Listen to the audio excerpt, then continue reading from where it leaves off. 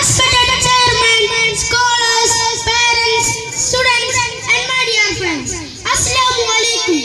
Prophet sallallahu alaihi wasallam is a mercy for all creation.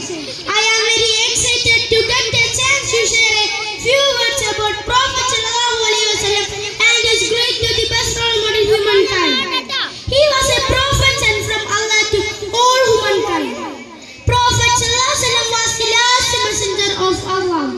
He was born in Makkah in the last year of 570. His father Abdullah died before he was born, and his mother also died when he was only 6 years old. Yes, he was an orphan. He belonged to a poor but respectable Quraysh tribe. Dear friends, Prophet sallallahu alaihi wasallam was the most influential people humanity has ever witnessed. His words has